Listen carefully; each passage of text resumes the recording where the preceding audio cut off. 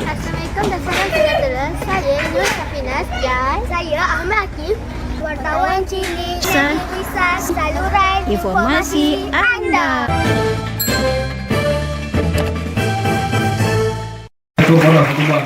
Hari ini telah berlangsung majlis pelancaran bulan Ramadan yang bertujuan menyemarakkan perhayatan bulan penuh keberkatan ini dalam kalangan warga sekolah.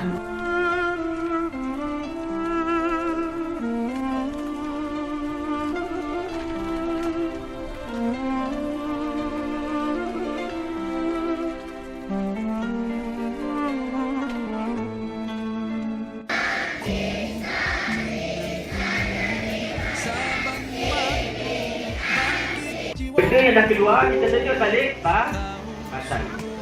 Okey, cuba tengok. Berapa umur yang perlu berpuasa? Dekat sekolah ni, siapa dia umur 7 tahun? Angkat tangan. Baik, umur 7 tahun. Umur 7 tahun boleh mula berlatih puasa.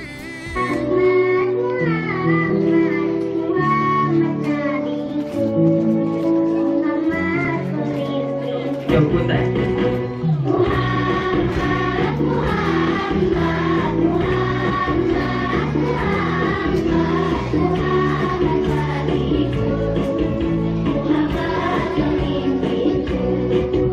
Kau nak tak Ustaz tadi berceramah? Best kan? Assalamualaikum Guru Besar.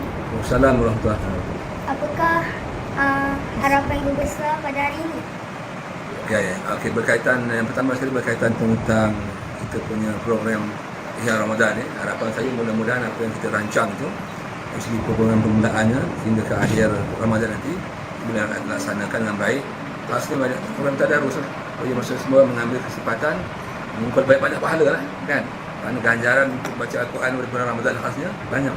Jadi harapan saya semua warga sekolah memainkan peranan masing-masing, maksudnya memberi kerjasama lah dalam melaksanakan apa yang kita hasratkan.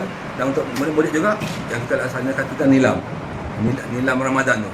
Jadi saya harap murid akan menggunakan kesempatan pada bulan Ramadan untuk membuat tugasan tersebut.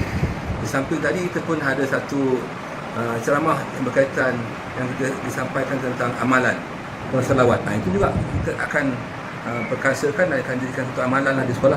Maksudnya kita tak nak menentu macam dah habis program terus mati. Itu harapan saya lah ya. Saya Guru Besar. Ustaz. Waalaikumsalam warahmatullahi wabarakatuh. Apa nama Ustaz? Nama Ustaz Muhammad Zahrul Lain dan Muhammad Dahlan. Apakah pandangan Ustaz pada hari ini?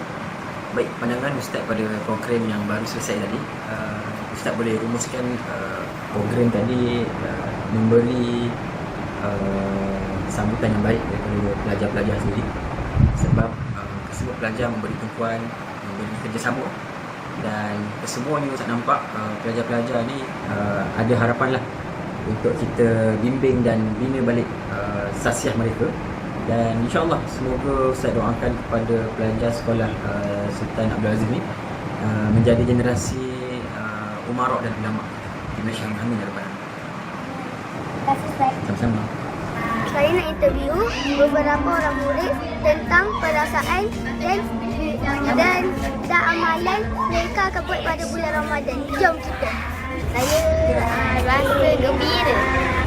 Sebab apa? Sebab saya boleh buat banyak amalan. Awak pula, apakah amalan yang awak nak buat pada bulan puasa ni? Bersolat tarawih dan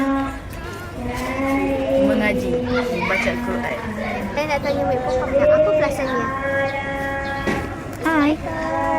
Salam. Perasaan saya sangat gembira pada bulan Ramadan ini.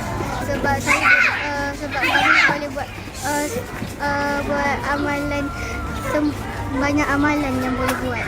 Saya akan solat tarawih dan mengaji di setiap sepanjang bulan Ramadan ini.